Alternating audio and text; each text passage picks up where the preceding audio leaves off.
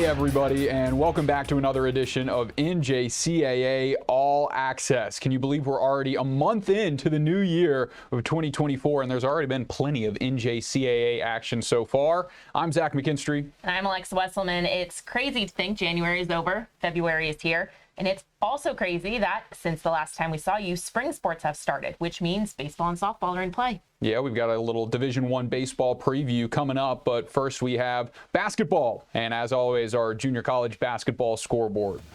Never a quiet week in junior college basketball. We start with Thursday's massive upset win for Clarendon College over number 7 Odessa. The finish to this game was electric. The Bulldogs bullied their way inside with under 2 minutes to go to take a 7-point lead on this basket from Glory Goma. And then on the other end, it's Cortez Johnson who gets the monster block, and the Bulldogs have all the momentum. Some missed free throws late would help the Wranglers lasso their way back into the game, starting with this offensive rebound and putback points to cut the score to 61-66. Odessa would play the foul game once again, and again the Bulldogs would miss at the stripe, setting up a fast break for Brandon Macklin. His drive results in another offensive rebound to lead to second chance points, and Odessa now cut it to a one-possession game, 63-66. Then comes the inbound. Redshirt freshman Jalen Booknight is trapped in the corner and throws it away. Odessa the chance to tie now with 45 seconds to go. Willie Lightfoot inbounds from the baseline, books it to the arc, bites through contact on the three, and knocks it down to square the game at 66. A 7-point run in a little more than a minute, but Clarendon would have the last laugh. Jumper from the free throw line is true for Leonard Taylor, and the Bulldogs retake their lead. Great defense stifles Macklin, and Clarendon hangs on to deal Odessa their third loss of the year to snap a 6-game win streak. And the Bulldogs make sure to give their goodbyes to the Wrangler student section on their way out. Not the only upset, as number 6 Northwest Florida State took down number 4 Chipola, thanks to Tawan Simpkins and Rasheed Jones combining for 48 points. And another top 10 upset by an unranked team. This time it's Utah State Eastern, who has their way with Salt Lake CC, 84-66. It was a potential national championship preview on the women's side. Number 1 Northwest Florida State visiting number 2 Gulf Coast State, and the Commodores blew the Raiders out of the gym. Look at some of the numbers from this result. It's only the 10th loss for Northwest Florida in the last 4 years. No Raiders player had 10 points, which hadn't happened in over a decade. And they were held to 5 points in the third quarter and 21.3% from the field, while finishing with only 3 assists in the entire game. Dominating performance by Gulf Coast State, who will take the number 1 spot in the rankings, but the number 3 spot might be up for grabs as well, as McLennan dropped back-to-back games this week to unranked foes Temple and Grayson to move to 15-5. A pair of good ranked games in D2 men's hoops, as number 3 Macomb was beaten by number 17 St. Clair County, and number 4 Des Moines area defeated number 7 Ellsworth. And for the second straight week, Iowa Western wins a tight one against an unranked squad. This time the Reavers needed overtime against Southwestern. The Spartans needed a late 7-point comeback to force the extra frame, sparked by this corner 3 to cut the Reavers' lead to 4. On the other end, Southwestern stripped it away. And how about this transition outlet pass from Cassidy Nelson to hit her teammate in stride and make it a 2-point game? Under a minute now, and it's Shyla Moore who crashes into the paint against 2 defenders and hits the contested shot to tie it. And then the Spartans would have a chance to win it with 4 seconds left, but the moonshot 3 misses right to end regulation and send us to overtime. OT belonged to McKenna Minter, who finished the game 4 rebounds shy of a triple-double. Her stop and pop pushed the Iowa Western lead to 4, and then she would do it again on the next possession, and this one would be the dagger to end the upset bid by Southwestern and secure the overtime victory for IWCC. One of the games on last week's upcoming matchup segment featured an upset as the Loggers of Lincoln Land defeated number 7 Parkland College. In D3 men's, number 12 Mohawk Valley dropped their 4th straight contest in heartbreaking fashion after this buzzer-beating 3-ball from Fulton Montgomery.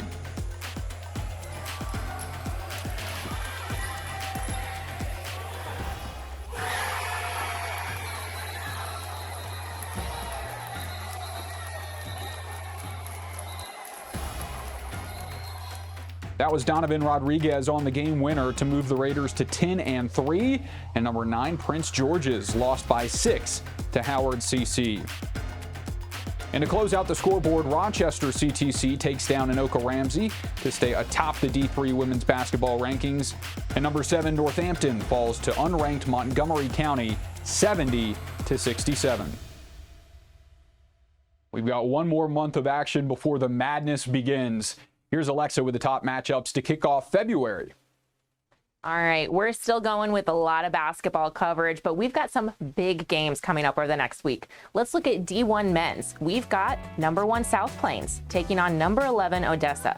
The undefeated Texans travel to Odessa for a big conference matchup. South Plains has obviously proven that they deserve to be at the top, but winning on the road is always hard no matter what you're ranked.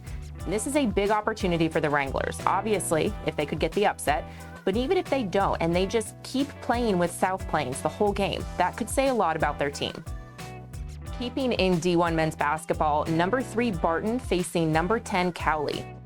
They have played before. November 29th, Cowley took the win. Now, a lot has changed in 2 months, but another Cowley win could severely impact Barton's season. So obviously, they are looking for a different outcome. In D2 women's basketball, number 5 CCBC Essex versus number 9 Harcum. This is the 3rd time this season that these teams have played this year. Once on November 8th and the 2nd time on December 16th. Harcum collected the win on both of those games. So we'll see if Harcum will be able to sweep CCBC Essex in the regular season. And in D3 women's basketball, number 3 Anoka Ramsey versus number 4 Minnesota West. Another set of teams that have already played this season. And this one was just a few weeks ago. January 6th was when they met, and Anoka Ramsey got the win. So we'll see if Minnesota West is able to take this one. Those are just a few of the games across the NJCAA that we'll have our eye on over the next week. Stay tuned. We've got more after this break. Intensity fuels these champion student athletes to greatness. Zurich Insurance is proud to be the official provider of student-athlete insurance for the National Junior College Athletic Association. Throughout the highs, we cheer along to their screams of victory. Throughout the lows, we support them through their tears of defeat. Zurich Insurance, helping student-athletes play the sport they love.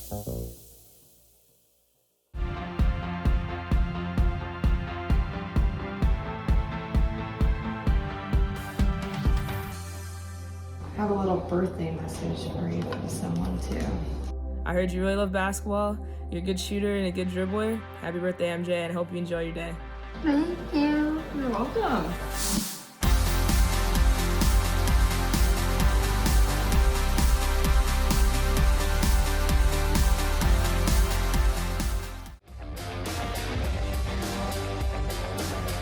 Welcome back to NJCAA All Access. It's February, and while four-year college baseball doesn't start for another couple weeks, JUCO baseball bandits are back with opening day last weekend.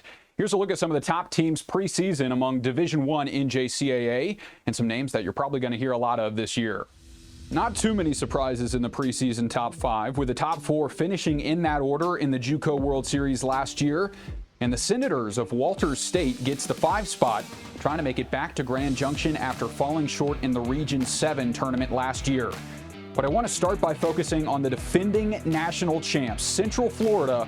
Marty Smith had his Patriots cooking last year. Just look at some of these numbers: 119 homers, 279 extra base hits. And as a team, CCF was slugging .588. That's just absurd. On top of that, they put up 12 or more runs a game over their last 4 in the JUCO World Series to claim their first ever NJCAA Division I national title. Just look at how unbelievably talented this team was. 3 NJCAA All-Americans, 6 All-State players, and 10 Division I commits across these schools, which, by the way, 5 of these 6 schools were in a regional last year, with the outlier being Mississippi State. And oh yeah, they won the national title 2 years ago. So I say all of that to say, how on earth does Central Florida replace that much talent this year? Well, for starters, they've got these two. Edwin Toribio, starting third baseman last year and second team NJCAA All-American. He came up big in the JUCO World Series. Down to their final out, this was to keep them alive. And to add to that clutch factor, he has unbelievably effortless power from the right side. The Dominican sophomore slugged .719 last season and added 20 homers and 75 RBIs. Then you look at left-handed hitting catcher Cole Bullen, who started as a redshirt walk-on, earned the starting job last year, and is now committed to Florida for the 2025 season. And folks, there's a reason the Gators want him. He's got a buttery smooth swing, and look for him to produce for the Pats this year.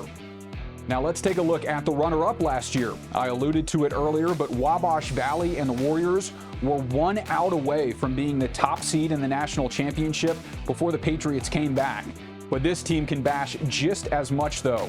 Most hits and second best on-base percentage in the NJCAA, and a 3.87 team earned run average to match.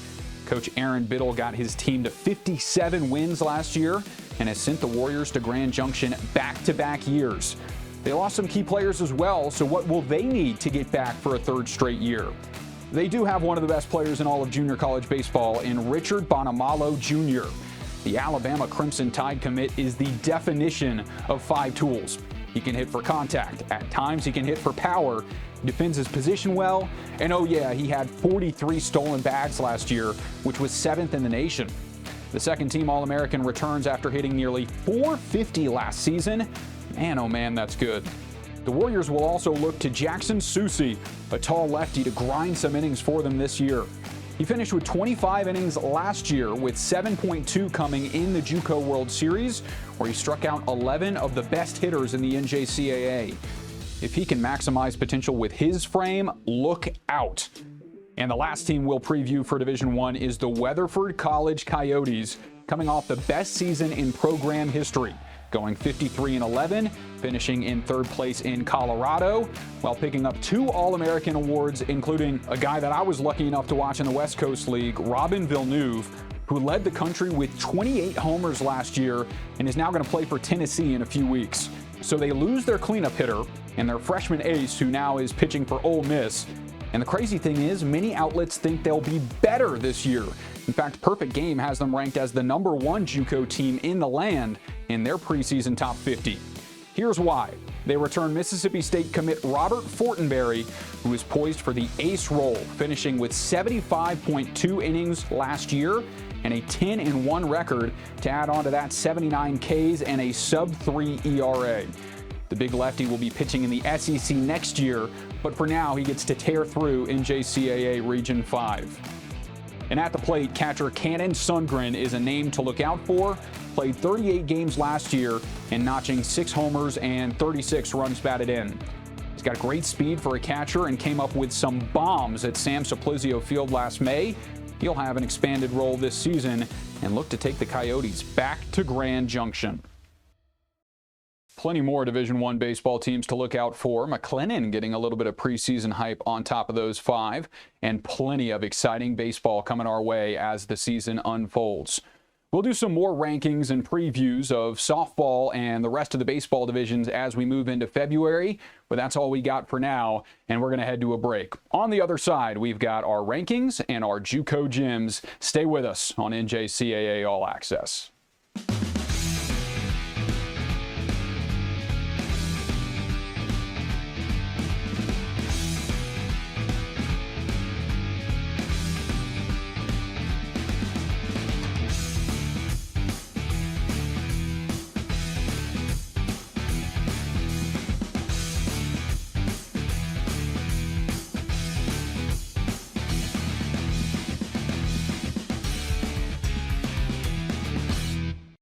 What makes a life a good one?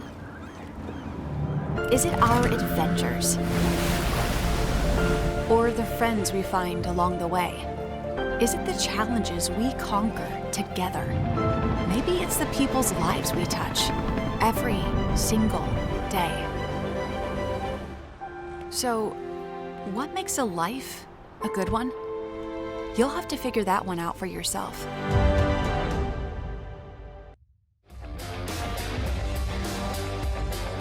Welcome back to NJCAA All Access. We have some big changes in the rankings to address, so let's start with D1 men's basketball. South Plains obviously still holding that #1 ranked spot. Chipola falls to 9th. Odessa falls to 11th. Lee moves into 8th. Cowley gets 10th this week. Salt Lake down to 16th. And we have a new name on the rankings. Walters State comes in at 25th. D2 men's, National Park coming in at the top spot. Macomb falls to 6th. Parkland makes a jump to 5th. Kirkwood moves into 8th. Milwaukee Tech down to 9th. St. Clair jumps to 13th. Chandler Gilbert falls to 14th. Iowa Lakes, they move down to 17th. And another new name coming in at 19th, Bay College. D3 men's, Brookdale once again tops the rankings, but we have no other changes until after 10th. Some shuffling back and forth, but Mohawk Valley falls off the rankings and Fulton Montgomery rejoins the rankings. In D1 women's, a big change at #1. Gulf Coast takes over the top seed after beating Northwest Florida State over the weekend. Hutchinson climbs to 2nd, Northwest Florida falls to 3rd. Trinity Valley moves into 8th. Shelton State comes in at 10th. McLennan falls all the way from 3rd to 12th. Three Rivers falls to 17th. Utah State Eastern falls to 24th. And Salt Lake joins the rankings this week. In D2 women's, Johnson County, they still stay at the top. Parkland falls to 11th. And Niagara County drops down to 20th. And we wrap up with D3 women's. Rochester still holding strong at #1. Owen falls to 5th. Dallas College Mountain View down to 14th. And we round out rankings this week with another new name, RCSJ Gloucester. That does it for rankings this week. We're going to send it over to Zach with JUCO Gems now. A few more really impressive highlights on display for this week's Junior College Gems. But we start with a clip that I talked about in our scoreboard segment. It was so nice, we'll show it twice. Clarendon College taking on ranked Odessa. It's Glory Goma backing down his defender and getting this tough teardrop floater to go off the glass. Fast forward a bit, and who is it on the other end rising up to get a mean block? It's Goma again. That hang time is ridiculous as he floats in midair to shut down that chance and completes it with a Mutombo finger wag. Not today, says Goma, and the Bulldogs knock off the Wranglers on the road. To ladies hoops, Fatima Katimbo shows off some crazy length to swat this one away. We're going to slow this down to give you a better look. Off the bad leg, somehow avoids contact and gets all ball. Here's one more look as Arizona Western would go on to beat Central Arizona at home, holding the Vaqueros to just 36 points. Lastly, we go to Northwest Florida, the opposite side of the state from the Kennedy Center, but they still cleared Tawan Simpson for takeoff. The Pensacola State players wanted nothing to do with that dunk as the 6'5" redshirt freshman bangs out. One last look at this slam as the Raiders would win by 7 to conclude this week's Junior College Gems. What a dunk by Tawan Simpkins. Obviously, still a lot of basketball in Junior College Gems, but hopefully over the next couple of weeks we get some Diamond Sports that'll sneak in there. Yep, keep sending those in, and excited to see those baseball highlights at NJCAA Network on Twitter and on Facebook. And that is all we got for you today and on this week's edition of NJCAA All Access. We'll be back next Thursday, and we can't wait to see you there on the NJCAA Network.